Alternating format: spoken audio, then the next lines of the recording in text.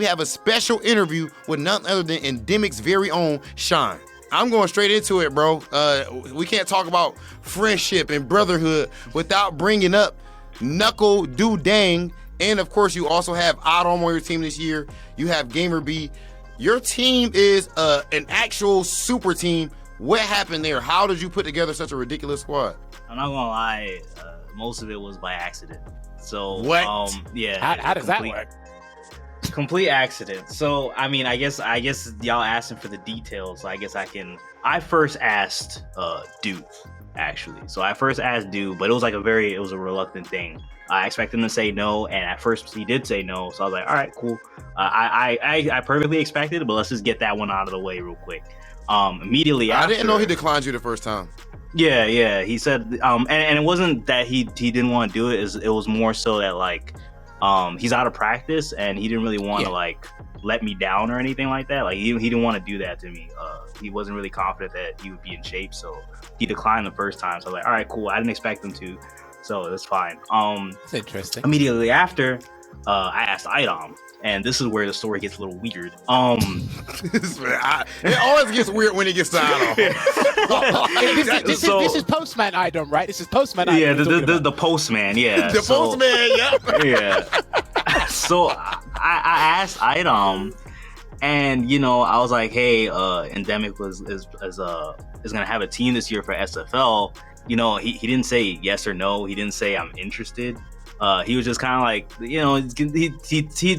had a response, but it was more so he's like, yeah, they haven't told me anything for Street Fighter League yet, and that was his response. And I wrote so it wasn't yes, I'm gonna join. No, I'm not gonna join. No. So that just sounds like such an Idom thing to do. Yes. I don't know any other way to put it.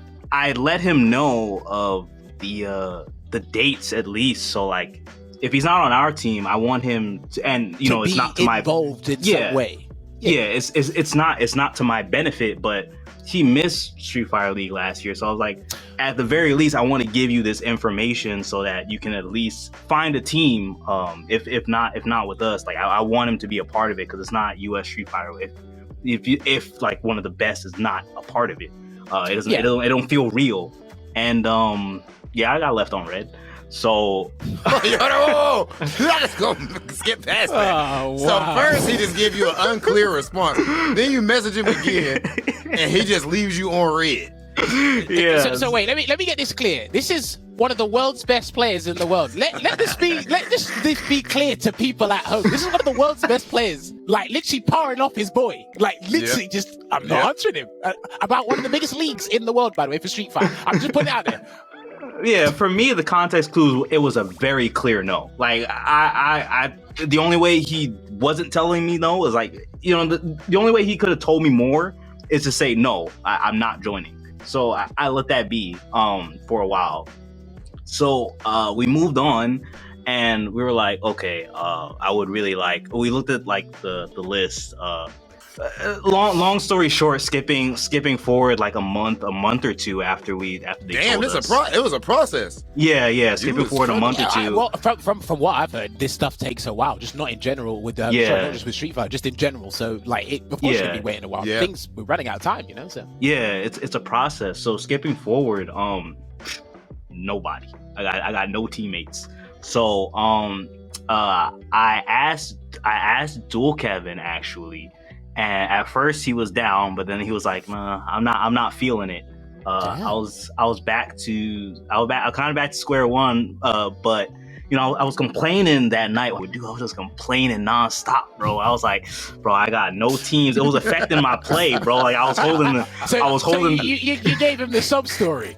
Yeah, no, I was, bro. It was affecting my play. I was just venting, bro. After that, the next morning, I was complaining, bro. I think I complained to just about everybody. I was like, bro, this is a stressful process. I don't think I like this whole captain thing.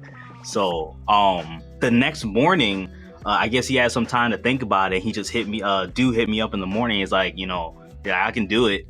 It's like, if you want, what I'm saying? He said, if you trust that I can get back into shape in time, say I'll do it. And I was like, bro, I said this before. I'm like, in a perfect world, you were my first choice for sure.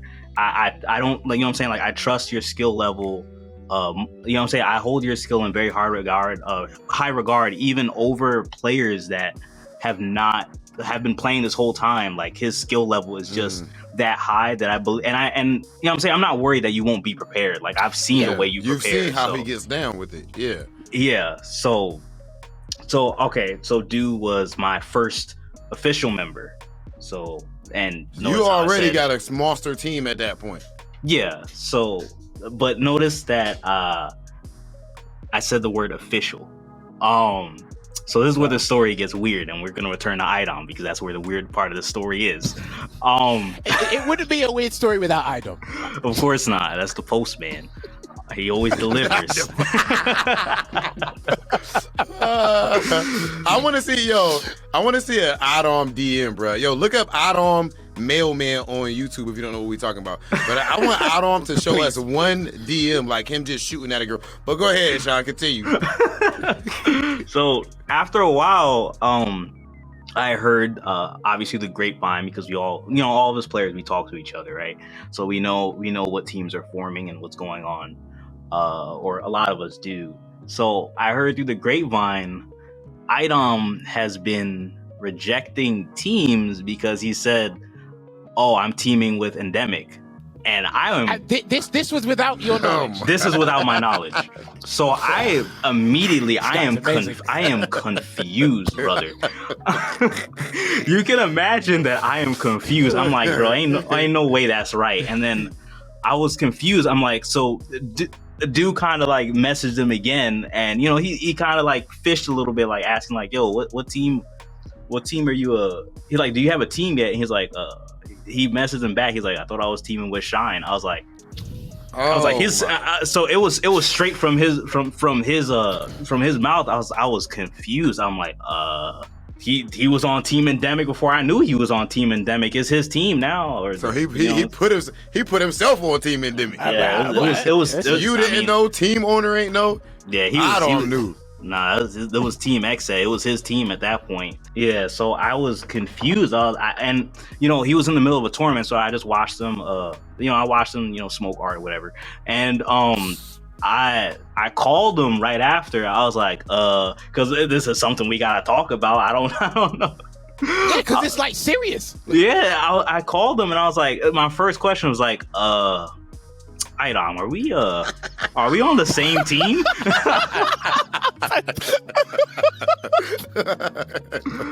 I called him. I'm like, yo, Idom, are we on the same team? And he's like, I guess. I was like, what? Do you know when you said that, I could picture him literally going, Yep, yeah, you know exactly what he's talking about. Yep. Yep. It was exactly like that. So I was like, all right. So like, are you cool with this? Or what I'm saying? Like, just confirming so that we can like, get everything in order and everything. And we were able to confirm that he would be playing on Team Endemic. So that's how that got settled.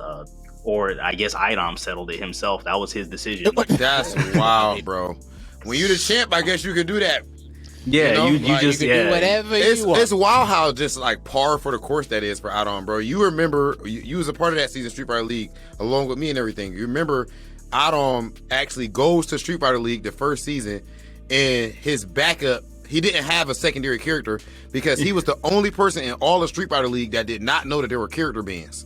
He did not read the rules. And he Jammerz. Wait. Jammerz, Are you serious? Yes. The reason you saw him play that trash birdie is because he's the only player who did not know there were character bans until he got there. Do you know what? I don't. If you watch this interview when it comes out, don't ever change. Please do not change. I need you to stay the way you are. This is brilliant. What these two are telling me right now is absolute gourmet. That's wild. Yeah, that's actually wild, bro. So, all right, now that we got the the Street Fighter League and everything, Sean, something that I'm very interested in asking you is, what are your goals when it comes to Street Fighter? Of course, Street Fighter 6 is coming out now and everything. You are so relaxed and calm. You're such a nice, smiley gentleman that I don't understand. I mean, I don't know. Yeah, what are your goals? Do you specifically just want to become the best player in the world, or is it something else? So I think for me, it's to win is to win like a very very high profile event. For me, I think that's like the immediate goal, and you know, unfortunately, it tends to escape me a lot. So for me, I think that the longer it goes on, the more that I want to win, and not just that, but to conquer my mental as well.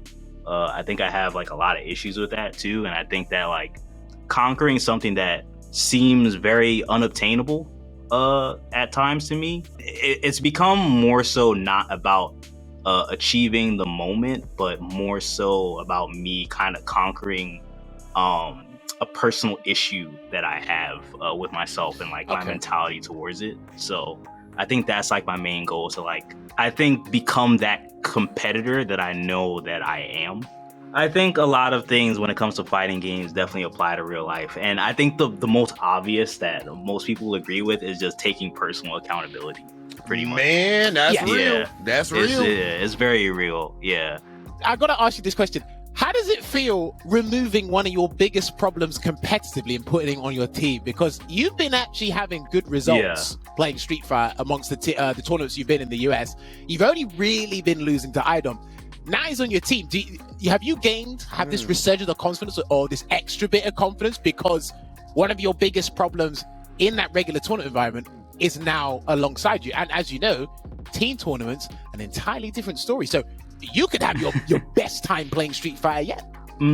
For me, you know, I thought about that too, and I'm like, man, you know, I won't have a chance to smoke IDOM. So damn.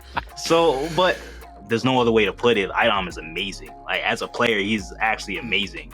So, you know, you kind of want to match that, right? Like, you want to take some of the load off his shoulders. So for me, it ends up being a little bit more pressure. Like, there's a standard to live up to, and I think that doesn't help me thinking about it. But it's really the reality. That's how it feels when he's on the team. You know what I'm saying? Like, I don't have to deal with him, but I have to deal with how I'm thinking about his skill level. So yeah. All right, Sean, appreciate you coming on, Brody. And hopefully IDOM actually responds in the endemic group chats. Well, yo, thanks for having me, Rob. I really do appreciate it. Peace out, man. Later, Brody.